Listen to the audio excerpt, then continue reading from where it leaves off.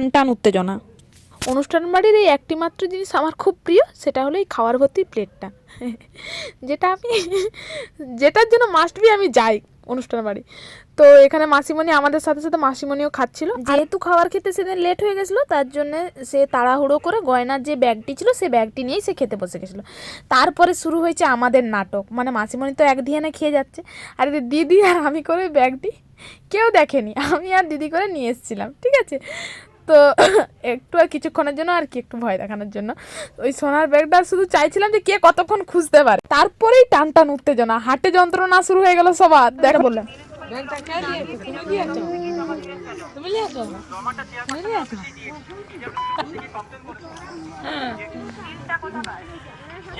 ব্যাগটা কে নিয়েছে? তুমি নিয়েছো মামা? কে নিয়েছে ব্যাগটা? কে নিয়েছে?